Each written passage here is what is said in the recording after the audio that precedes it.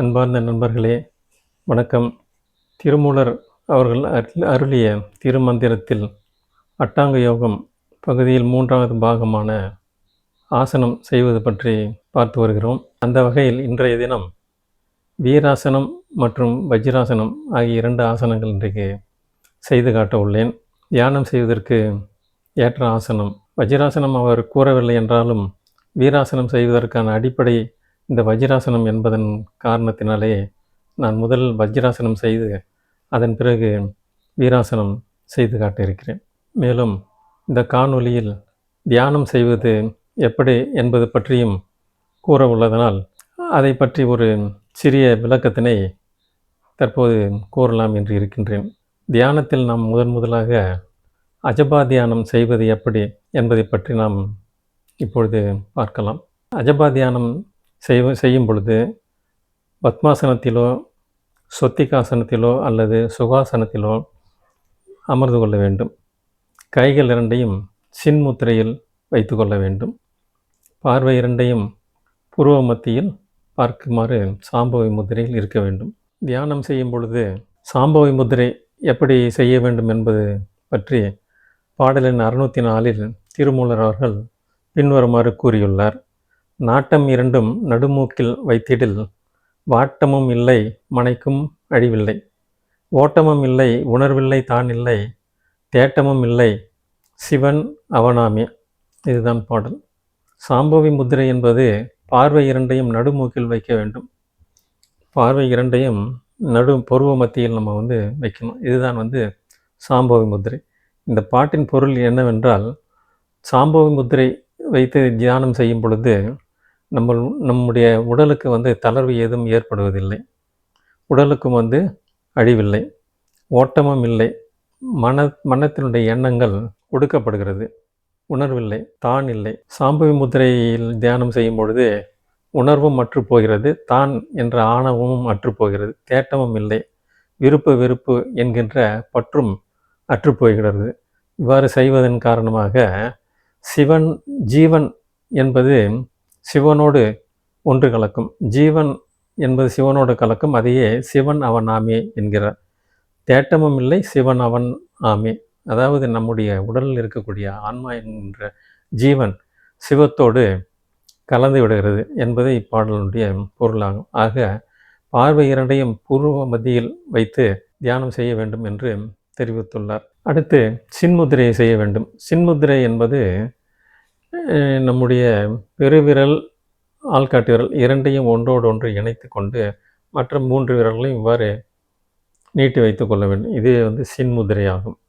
ஆக நம் அஜபா தியானம் செய்யும் பொழுது பார்வை இரண்டையும் புருவ மத்தியில் வைத்து கொண்டு கைகளை நீட்டி முழங்கால் மீது வைத்து கொண்டு சின்முத்திரையோடு அமர்ந்து கொள்ள வேண்டும். சரி, இவ்வாறு தியானம் செய்வதனால் என்ன பயன் என்று கேட்டால், பாடல் எண் 603 திருமூலர் அவர்கள் பின்வருமாறு கூறியுள்ளார். 8000 ஆண்டு யோகம் இருக்கினும் கண்ணாரமுதனே கண்டவர் இல்லை, உள்நாடி உள்ளே ஒளியுற நோக்கில் கண்ணாடி போலே கலந்திருப்பானே, கண்ணாடி போல கலந்து நின்றானே என்று பாடலின் 603 கூறியுள்ளார். 8000 ஆண்டு நீங்கள் தவம் இருந்தாலும் பெருமானை காண முடியாது. கண்ணாரமுதனே, உண்ண உண்ண தெவிட்டாத எம்பெருமானை கண்டவர் யாரும் இல்லை. எவ்வளவு ஆண்டு, 8000 ஆண்டுகள் தவம் இருந்தாலும் பெருமானை கண்டவர் இல்லை.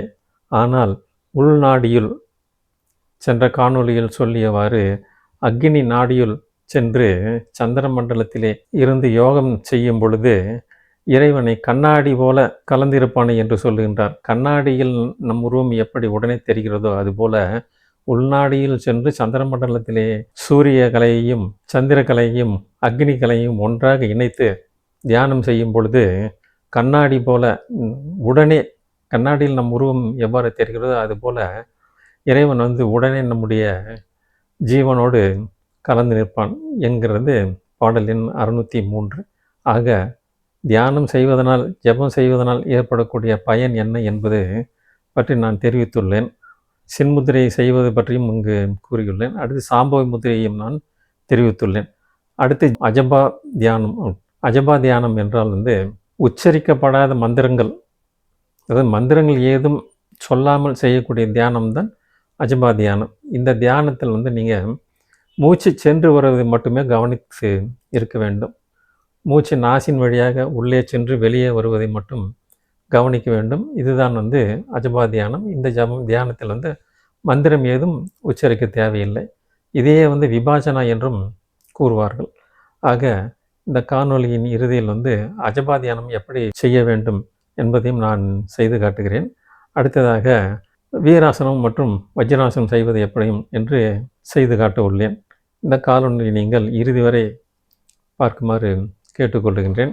அடுத்த காணொளியில் இந்த அஜபா தியானத்திற்குண்டான அசபா மந்திரம் ஒன்று இருக்கிறது. ஜபிக்க கூடாத மந்திரம். அது மந்திரம், ஆனால் வந்து அது வந்து உச்சரிக்கக்கூடாது, அப்படித்தான் சொல்ல வேண்டும். அஜபா மந்திரம் என்றால் வந்து உச்சரிக்கக்கூடாத மந்திரம். அந்த அசபா மந்திரத்தை நான் வந்து எப்படி சொல்ல வேண்டும் என்பது குறித்தும், இந்த அஜபா தியானத்தில் அந்த மந்திரத்தை நம்ம எப்படி பயன்படுத்த வேண்டும் என்பது குறித்தும் அடுத்த காணொளியில் கூறுகிறேன்.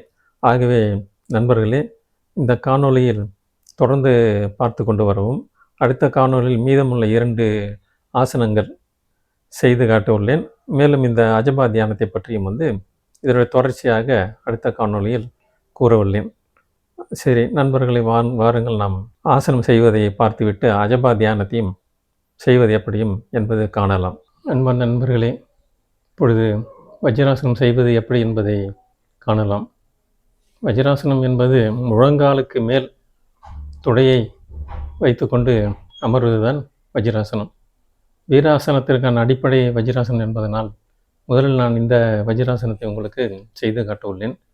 தியானத்திற்கும் மூச்சு பயிற்சி செய்வதற்கும் இந்த ஆசனம் அடிப்படையாக தேவைப்படுகிறது. ஆகவே நம் வஜ்ராசனம் செய்வது எப்படி என்பதை காணலாம். முழங்காலின் மேல் தொடை வருமாறு நேராக நிமிர்ந்து அமர வேண்டும்.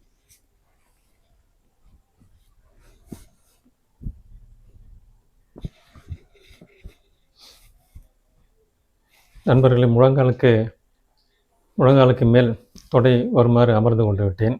இதுவே வஜ்ராசனம். தியானம் செய்யும் பொழுது நீங்கள் கைகளை முழங்கால் மேல் நீட்டி வைத்துக்கொண்டு சின்முத்திரையை வைத்துக்கொள்ளவும். இதுவே வந்து வஜ்ராசனம். இந்த ஆசனத்தை நான் பக்கவாட்டில் செய்து காட்டுகிறேன். முழங்கால்கள் மீது தொடை வருமாறு அமர்ந்து கொள்ளவும்.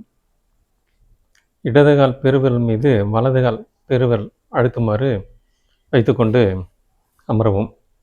இந்த ஆசனம் செய்வதனால் உடம்பு வஜ்ரம் போல் ஆகின்றது.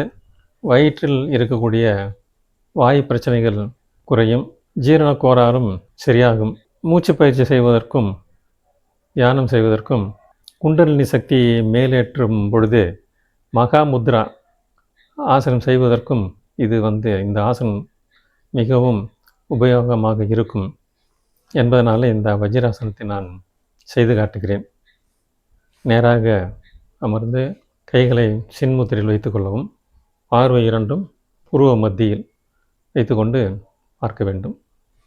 இதுவே வஜ்ராசனத்தில் தியானம் செய்யும் முறையாகும். அன்பர்களே, இப்பொழுது வீராசனம் செய்வது எப்படி என்பதை பார்க்கலாம். முழந்தாள்களை தொடையின் பக்கவாட்டில் கொண்டு வந்து வைத்துக்கொண்டு செய்வதுதான் வந்து வீராசனம். பாதங்கள் வந்து தொடையின் பின்பக்கமாக வருமாறு செய்து கொள்ள வேண்டும். இப்பொழுது நான் வீராசனத்தை செய்து காட்டுகிறேன்.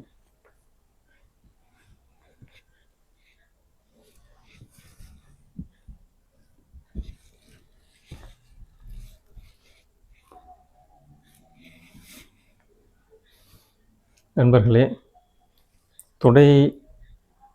துடையின் பக்கத்தில் முழந்தாள்கள் வருமாறு அமர வேண்டும். மீண்டும் ஒருமுறை உங்களுக்கு காட்டுகிறேன். துடையின் பின்பக்கத்தில் தரையை அழுத்தியவாறு முழங்கால்கள் இருக்க வேண்டும். பாதம் வந்து பாதத்தினுடைய முன்பகுதி வந்து தரையில் படுமாறு அமர்ந்து கொள்ள வேண்டும். இதுவே வீராசனம் என்பதாகும். வீராசனம் செய்வதனால் மூலாதாரம் நன்றாக அழுத்தப்படுகிறது. மூலாதாரத்தில் இருக்கக்கூடிய அக்னி கனல் மேலே ஏறுவதற்கு இந்த ஆசனம் மிகவும் துணை புரியக்கூடிய ஆசனமாகும். இதில் நீங்கள் தியானம் செய்ய வேண்டுமென்றால் முழங்கைகளை நீட்டி முழந்தால் வைத்துக்கொண்டு கைகளை இது போன்ற சின்முத்திரையில் வைத்துக்கொண்டு பார்வையை புருவ மத்தியில் பார்த்து கொண்டு ஆசனத்தில் அமர்ந்து தியானம் செய்யலாம். ஆனால் இந்த ஆசனத்தில் தியானம் செய்வது சற்று கடினமாகவே இருக்கும். இருந்தாலும் திருமூலர் இதை பற்றி கூறியுள்ளதனால் நண்பர்களுக்காக இந்த ஆசனத்தை செய்து காட்டியிருக்கிறேன். இதே ஆசனத்தை பக்கவாட்டிலும் செய்து காட்டுகிறேன். முழங்கால் தொடைக்கு பக்கத்தில் வருமாறு இவ்வாறு விரித்து வைத்து கொள்ள வேண்டும். 2 பக்கமும்.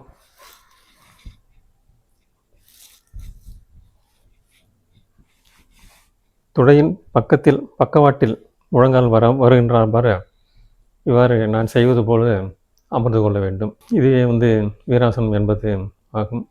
இவ்வாறு அமரும் பொழுது மூலாதாரம் பூமியில் நன்றாக அழுத்தப்படுவதன் காரணமாக மூலாதாரம் தூண்டப்பட்டு அமையும். நண்பர்களை, அடுத்து அஜபா தியானம் செய்வது எப்படி என்பதை பார்க்கலாம். அஜபா தியானம் செய்வதற்கு ஏற்ற ஆசனம் பத்மாசனமாகும். வலது பாதத்தை இடது தொடையின் மீது வைத்து கொள்ளவும், இடது பாதத்தை வலது தொடையின் மீது வைத்து கொள்ளவும். கைகள் இரண்டையும் முழங்கால் முட்டியின் மீது நீட்டி வைத்து கொள்ளவும். 2 கைகளையும் சாம்பவி முதிரை, இதுபோல் சாம்பவி முதிரை வைத்து கொள்ள வேண்டும். நேராக அமர்ந்து கொள்ளவும்.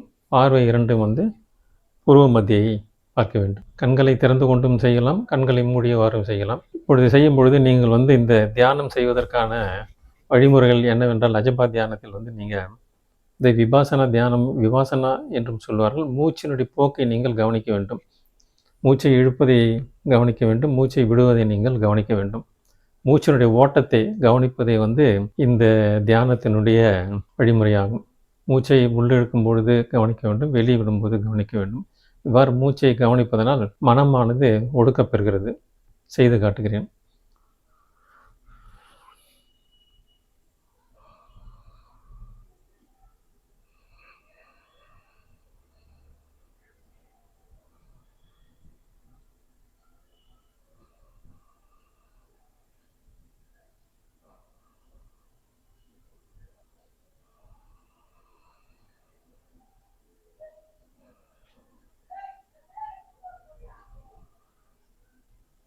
அதாவது மூச்சு இழுக்கும் பொழுது மூச்சினுடைய ஓட்டத்தை கவனிக்க வேண்டும், மூச்சு விடும் பொழுது மூச்சினுடைய விடுகின்ற ஓட்டத்தை கவனிக்க வேண்டும்.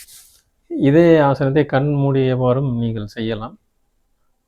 அதையும் நான் இப்போ செய்து காட்டுகிறேன்.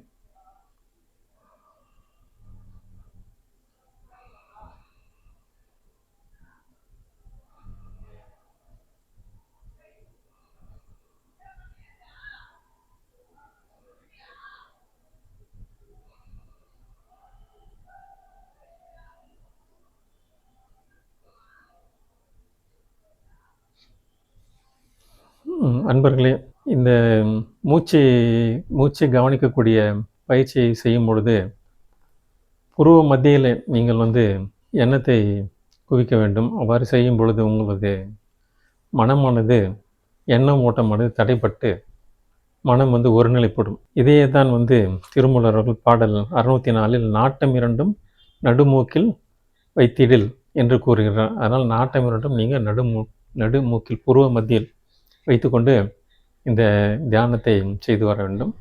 நான் சிறிது நேரமே இதை செய்து காட்டியுள்ளேன். இது அஜபா தியானம். மூச்சை உள்ளே போவதையும் வெளியே வருவதையும் கவனிக்க வேண்டும். இந்த அஜபா தியானத்திற்கான மந்திரம், உச்சரிக்கப்படாத மந்திரம் என்ன என்பதை குறித்தும், அது எவ்வாறு பயிற்சி செய்ய வேண்டும் என்பதை குறித்தும் வரும் காணொளியில் காணலாம். அன்பர்களே, இந்த காணொளி இத்துடன் நிறைவு பெறுகிறது. இக்காணொளி பிடித்திருந்தால் லைக் செய்யவும், சப்ஸ்கிரைப் செய்யவும், ஷேர் செய்யவும். இத்துடன் இக்காணொளி நிறைவு பெறுகிறது. நன்றி, வணக்கம்.